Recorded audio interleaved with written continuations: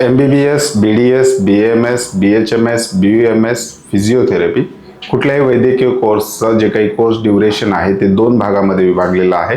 एक आहे classroom teaching आणि दुसरा आहे इंटर्नशिप. इंटर्नशिप दरम्यान महाराष्ट्र राज्यातर्फे विद्यार्थ्यांना त्या ठिकाणी स्टायपंड दिला जातो. कोणत्या कोर्सला नेमका किती स्टायपंड आहे, MBBS अब्रॉडसाठी सुद्धा स्टायपंडचे नियम काय आहेत, ज्याला आपण विद्यावेतन म्हणतो. म्हणजेच विद्यार्थी जेव्हा हे संपूर्ण कोर्स कंप्लीट झाल्यानंतर 1 वर्षाची इंटर्नशिप करतो, त्या इंटर्नशिप दरम्यान विद्यार्थ्यांना कॉलेजमार्फत काही पेमेंट दिलं जातं. नेमकं ते किती आहे, महाराष्ट्र शासनाचा GR कशा प्रकारे आहे, त्याचबरोबर NMCचे रूल कशा प्रकारे आहे, सध्याच्या घडीला महाराष्ट्र राज्यातील गव्हर्नमेंट कॉलेज विद्यार्थ्यांना इंटर्नशिप कशा प्रकारे देतात कोर्सेस वाईज, त्याचबरोबर private semi government college internship दरम्यान विद्यार्थ्यांना किती पेमेंट देतात कोर्सेस वाईज, याविषयी डिटेल इन्फॉर्मेशन आपण आजच्या व्हिडिओमध्ये पाहणार आहोत. नमस्कार, मी अंकुश पाटील.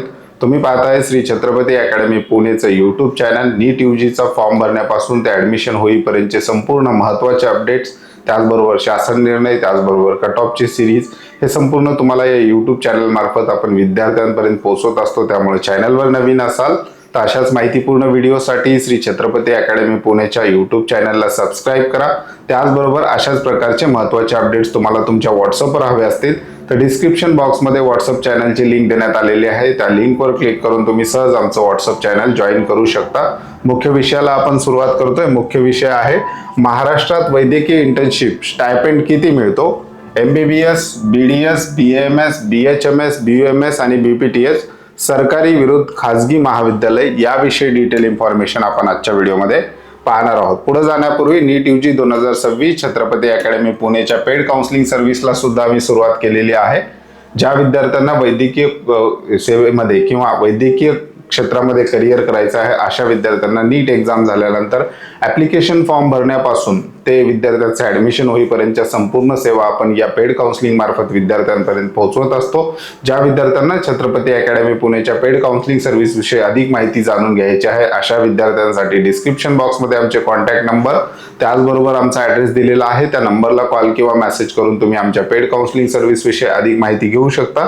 ज्या विद्यार्थ्यांना संपूर्ण कॉलेजेसच्या याद्या, त्याचबरोबर मागच्या वर्षीचे त्या कॅटेगरीनुसार कट ऑफ, फी स्ट्रक्चर किंवा वेगवेगळे शासन निर्णय पाहायची इच्छा असेल, उत्सुकता असेल अशा विद्यार्थ्यांसाठी आपलं ऑनलाईन ॲप्लिकेशन सुद्धा आहे. ऑनलाईन ॲप्लिकेशनची लिंक डिस्क्रिप्शन बॉक्समध्ये देण्यात आलेली आहे. त्या लिंकवर क्लिक करून तुम्ही सहज आमचं ऑनलाईन ॲप्लिकेशन सुद्धा डाउनलोड करून घेऊ शकता. मुख्य विषयाकडे वळूया. विषय आहे की स्टायपंड कशा प्रकारे मिळतो. महाराष्ट्र शासनाचा एक GR आहे. त्या GR नुसार स्टायपंड वाढीचा अधिकृत शासन निर्णय. महाराष्ट्र शासनाचा एक GR आहे. अगोदर स्टायपंड खूप कमी देण्यात येत होतं, परंतु महाराष्ट्र शासनाने एक GR काढून स्टायपंड वाढीचा निर्णय घेतलेला आहे. ऐतिहासिक निर्णय. वैद्यकीय शिक्षण आणि औषधी द्रव्य विभागाचा MEDD फेब्रुवारी 2024 मधील महत्त्वपूर्ण हा निर्णय आहे. स्टायपंडमध्ये वाढ करण्यात आलेली आहे. इंटर्न डॉक्टरांचे विद्यावेतन म्हणजे स्टायपंड, इंटर्नशिप करणाऱ्या विद्यार्थ्यांसाठी जे काही शासनाकडनं स्टायपंड ठरवून दिलेलं आहे ते किती आहे, ₹11,000 वरून थेट 18,000 प्रति महिना करण्यात आले आहे. म्हणजेच एखादा विद्यार्थी MBBS, BDS झाल्यानंतर जेव्हा इंटर्नशिप करतो त्यावेळेस शासनाचा असा GR आहे की त्या विद्यार्थ्याला ₹18,000 महिन्याला स्टायपंड देण्यात यावा. खरंच तो दिला जातो का हे आपण पुढील स्लाइडमध्ये सुद्धा पाहणार आहे. कोणाला लागू हा नियम? राज्यातील सर्व शासकीय नगरपालिका, BMC वैद्यकीय महाविद्यालयांना लागू आहे. त्याचबरोबर प्रायव्हेट किंवा सेमी गव्हर्नमेंट कॉलेजेस असेल तर त्यांनी सुद्धा विद्यार्थ्यांना 18,000 प्रति महिना एवढं स्टायपंड द्यावं असं शासनाचे निर्देश आहेत. त्याचबरोबर NMC नॅशनल मेडिकल कमिशननी सुद्धा काही गोष्टी याबाबतीत स्ट्रिक्ट केलेल्या आहेत. बरेचसे महाविद्यालय विद्यार्थ्यांना स्टायपंड खूप कमी प्रमाणात किंवा काही महाविद्यालय तर देतच नव्हते. तर NMCनी कॉलेजेसला कंपल्सरी केलेलं होतं की तुम्ही जो काही स्टायपंड विद्यार्थ्यांना देणार आहात इंटर्नशिपच्या दरम्यान तो तुम्हाला पब्लिकली जाहीर करावा लागणार आहे. NMCनी प्रत्येक कॉलेज वाईज त्या ठिकाणी स्टायपंड घेतलेला जे आहे कॉलेज वाईज महाराष्ट्र राज्यातील, ती सुद्धा लिस्ट आपण पुढील स्लाइडमध्ये पाहणार आहोत. MBBS आणि BDS स्टायपंड सध्याची पोझिशन काय आहे किंवा सध्या कशा प्रकारे स्टायपंड दिला जातो. सरकारी आणि महानगरपालिका महाविद्यालय म्हणजे गव्हर्नमेंट कॉलेज असेल किंवा महानगरपालिकेचे जे काही मुंबईचे कॉलेजेस आहेत, जसं की सेठ GS मेडिकल कॉलेज आहे, टोपीवाला नॅशनल मेडिकल कॉलेज आहे, राजीव गांधी मेडिकल कॉलेज ठाणे आहे, लोकमान्य टिळक मेडिकल कॉलेज सायन मुंबई आहे, हे जे काही महानगरपालिकेच्या अखत्यारीत येणारे कॉलेजेस आहेत, इक्वली गव्हर्नमेंट स्टेटसच हे कॉलेजेस आहेत. या ठिकाणी विद्यार्थ्यांना साधारणतः 18,000 प्रति महिना एवढा स्टायपंड, म्हणजे विद्यार्थी 4.5 वर्षाचा कोर्स केल्यानंतर जेव्हा 1 वर्षाची इंटर्नशिप करतो, असा एकूण 5.5 वर्षाचा हा कोर्स होतो. 1 वर्षाच्या इंटर्नशिप दरम्यान विद्यार्थ्याला या ठिकाणी 18,000 प्रति महिना एवढा स्टायपंड दिलेला असतो. नवीन शासनाचा जो काही 2024चा GR आहे त्यानुसार. खाजगी महाविद्यालयाची काय कंडिशन आहे ते पाहूयात. खाजगी महाविद्यालय 5,000 ते 11,000 किंवा 0. काही महाविद्यालय तर स्टायपंडच विद्यार्थ्यांना त्या ठिकाणी देत नाही. म्हणजेच आपण इकडे प्रायव्हेट कॉलेजची गोष्ट करतोय. MBBS BDS प्रायव्हेट कॉलेजेससाठी इकडे काही 5,000 पासून ते 11,000 पर्यंत येतात, तर काही महाविद्यालय देत नाहीत. ही वस्तुस्थिती आहे. NMCच्या नियमानुसार सरकारी महाविद्यालय इतका स्टायपंड अपेक्षित आहे, मात्र सध्या अनेक ठिकाणी अतिशय कमी रक्कम दिली जाते. या बाबतीत विद्यार्थ्यांचा कायदेशीर लढा अद्याप चालू आहे. म्हणजेच प्रायव्हेट सेमी गव्हर्नमेंट कॉलेज असेल किंवा प्रायव्हेट कॉलेज असेल, या ठिकाणी विद्यार्थ्यांना स्टायपंड खूप कमी प्रमाणात दिलं जातं. शासनाच्या नियमानुसार 18,000 अपेक्षित आहे, परंतु त्यापेक्षा कमी या ठिकाणी मिळतं. आयुष कोर्सेस ज्याच्यामध्ये BAMS, BHMS, BUMS चा समावेश आहे, याच्यामध्ये सरकारी आणि अनुदानित महाविद्यालय इथे सुद्धा 18,000 प्रति महिना शासनाच्या GR नुसार. खाजगी महाविद्यालय आयुष कोर्सेसचा काय कंडिशन आहे, 2,000 ते 5,000 किंवा 0. म्हणजेच प्रायव्हेट सेमी गव्हर्नमेंट कॉलेजेस जे आहेत BAMS, BHMS, BUMS चे, या ठिकाणी काही विद्यार्थ्यांना 2,000 रुपये, काही महाविद्यालय 5,000 रुपये, तर काही महाविद्यालयामध्ये इंटर्नशिपला 0 रुपये त्या ठिकाणी दिली जातं. ही सुद्धा महाराष्ट्रातली वस्तुस्थिती आहे. खाजगी आयुष महाविद्यालयामध्ये स्टायपंडची स्थिती फारशी समाधानकारक नाही. बहुतांश ठिकाणी अतिशय कमी रक्कम दिली जाते किंवा अजिबात दिली जात नाही. त्याच्यानंतर पुढे जाऊयात. फिजिओथेरपीसाठी स्टायपंड कशा प्रकारे आहे, ज्याला आपण विद्यावेतन सुद्धा म्हणतो. सरकारी महाविद्यालय असेल फिजिओथेरपीचं, खूप कमी कॉलेजेस आहेत फिजिओथेरपीचे महाराष्ट्रात गव्हर्नमेंटचे. 5,000 ते 10,000 फिजिओथेरपीसाठी स्टायपंड इतर वैद्यकीय कोर्सेसच्या तुलनेत थोडा वेगळा असतो. सरकारी महाविद्यालयात साधारणतः या दरम्यान स्टायपंड मिळतो. खाजगी महाविद्यालयात बघितलं तर आपण कोणताही स्टायपंड सध्या विद्यार्थ्यांना या ठिकाणी मिळत नाही. बहुतांश खाजगी फिजिओथेरपी महाविद्यालयामध्ये इंटर्नशिपच्या काळात विद्यार्थ्यांना कोणताही स्टायपंड किंवा 0 विद्यावेतन दिलं जातं. ही सुद्धा वस्तुस्थिती आहे महाराष्ट्र राज्यातली.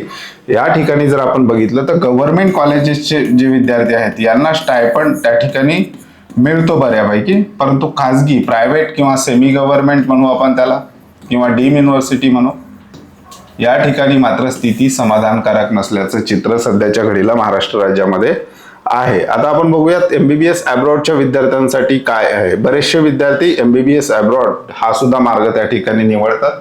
त्या ठिकाणाहून कोर्स पूर्ण करून आल्यानंतर MBBS अब्रॉडच्या विद्यार्थ्यांना सुद्धा भारतामध्ये 1 वर्षाची रोटेटरी इंटर्नशिप जी आहे ती कंपल्सरी करण्यात आलेली आहे. या विद्यार्थ्यांना स्टायपंडची काय सिच्युएशन आहे, सुप्रीम कोर्टाच्या आदेशानुसार जर आपण बघितलं तर MBBS अब्रॉडच्या विद्यार्थ्यांना जे आहे, supreme court orders stipend parity for foreign medical graduates at AMU shields colleges from UGC action. म्हणजेच ज्याप्रमाणे भारतातल्या विद्यार्थ्यांना स्टायपंड दिला जातो, इक्वल स्टायपंड MBBS अब्रॉडवरून आलेल्या विद्यार्थ्यांना सुद्धा द्यावा असा सुप्रीम कोर्टाचा आदेश आहे, ज्याला आपण FMGs म्हणतो, फॉरेन मेडिकल ग्रॅज्युएट. यांना सुद्धा अपेक्षित आहे MBBS बाहेरून करून आल्यानंतर महाराष्ट्र राज्यात तो विद्यार्थी इंटर्नशिप करत असेल तर त्या विद्यार्थ्याला सुद्धा 18,000 इतकं विद्यावेतन त्या ठिकाणी अपेक्षित आहे. NMCच्या वेबसाईटवर सुद्धा पाहूयात की आता आपण स्टायपंडचं जे बघूया महाराष्ट्र राज्यामध्ये कशा प्रकारे दिलं जातं. ग्रँड गव्हर्नमेंट मेडिकल कॉलेजची ऑफिशियल वेबसाईट आहे. गव्हर्नमेंट कॉलेजच्या वेबसाईटवर तुम्हाला स्टायपंडच्या अमाऊंट त्या ठिकाणी बऱ्यापैकी सापडतात, परंतु प्रायव्हेट सेमी गव्हर्नमेंट कॉलेज असेल किंवा डीम युनिव्हर्सिटी असेल त्यांच्या वेबसाईटवर, बहुतांश कॉलेजच्या वेबसाईटवर हे स्टायपंडच्या रक्कम आपल्याला सापडत नाहीत. MBBS इंटर्न असेल तर या ठिकाणी जवळपास 18,000च्या आसपास, म्हणजे 17,800 एवढा स्टायपंड दिला जातो. ही कॉलेजची ऑफिशियल वेबसाईट आहे. त्याच्यानंतर पाहूयात स्टायपंड डिटेल लिस्ट. NMCनी सुद्धा सूचना केलेल्या होत्या की आम्हाला स्टायपंडची लिस्ट तुम्ही द्या कॉलेजेसला. बऱ्याचशा महाविद्यालयाने दिली आहे, काही महाविद्यालयाने दिलेली नाही. संपूर्ण देशभरातील ही कॉलेजची लिस्ट आहे. ही लिस्ट तुम्हाला आपल्या ऑनलाईन ऍप्लिकेशन मध्ये सुद्धा पाहायला मिळेल. याच्यामध्ये आपण महाराष्ट्रातले 1-2 कॉलेज उदाहरणादाखल पाहूयात. एक आहे set GS medical college and KEM hospital Mumbai. या ठिकाणी बघा शासनाचा आदेश आहे, GR आहे, 18,000 रुपये दिल्या जावेत. त्या ठिकाणी तुम्ही बघू शकता MBBSच्या विद्यार्थ्यांना UG 18,000 and also provide FMG म्हणजे जे अब्रॉडहून आलेला विद्यार्थी आहे त्याला सुद्धा 18,000 या ठिकाणी मिळतात, असं सेट GS KEM हॉस्पिटलनी NMC ला कळवलेलं आहे. आता या ठिकाणी आपण बघू शकता प्रायव्हेट कॉलेजचं सुद्धा आपण एक बघूया. एक सेमी गव्हर्नमेंट कॉलेज आहे, Shrimati Kashibai Navale medical college and general hospital Pune. या ठिकाणी बघा UGच्या विद्यार्थ्यांना 11,000 रुपये स्टायपेंड, म्हणजेच गव्हर्नमेंट कॉलेज 18,000 रुपये देतं आणि प्रायव्हेट सेमी गव्हर्नमेंट कॉलेज या ठिकाणी हे कॉलेज 11,000 रुपये आम्ही देतो, असं त्या ठिकाणी त्यांनी NMC ला कळवलेलं आहे. त्याच्यानंतर बरेचसे असे आहेत, समजा doctor NY Tasgaonkar institute of medical science हे प्रायव्हेट सेमी गव्हर्नमेंट कॉलेज आहे. या ठिकाणी त्यांचा स्टायपेंड त्यांनी मेन्शन सुद्धा केलेला नाही. तर अशा प्रकारच्या काही त्रुटी असलेल्या सुद्धा आपल्याला पाहायला मिळतात. तर हे कॉलेजेसची लिस्ट आहे. म्हणजे हा विषय घेण्यामागचं एकमेव कारण आहे की नीट UG 2026 देणारे विद्यार्थी MBBS असेल किंवा BMS असेल, BHMS असतील किंवा BUMS असेल, फिजिओथेरपी असेल, कुठलाही कोर्स घेत असताना त्या कोर्सची विद्यार्थ्यांना संपूर्ण माहिती असावी. त्यामुळे आपण वेगवेगळे व्हिडिओची सिरीज विद्यार्थ्यांसाठी बनवतोय. त्याचबरोबर जे ऑलरेडी विद्यार्थी या कोर्सेसला ऍडमिशन घेतलेले आहेत त्यांना सुद्धा माहिती असावं की स्टायपेंड बाबत शासनाचे नियम काय आहेत हे विद्यार्थी आणि पालकांना माहिती असावं, म्हणून आपण हा व्हिडिओ विद्यार्थ्यांसाठी बनवलेला होता. ज्या विद्यार्थ्यांना पेड काउन्सिलिंग सर्व्हिसमध्ये यायचं आहे अशा विद्यार्थ्यांसाठी डिस्क्रिप्शन बॉक्समध्ये कॉन्टॅक्ट नंबर त्याचबरोबर ऍड्रेस देण्यात आलेला आहे. तुर्तास आजच्या व्हिडिओमध्ये आपण इथेच थांबतोय. पुन्हा भेटूयात आणखी एका नव्या आणि माहितीपूर्ण व्हिडिओमध्ये. धन्यवाद.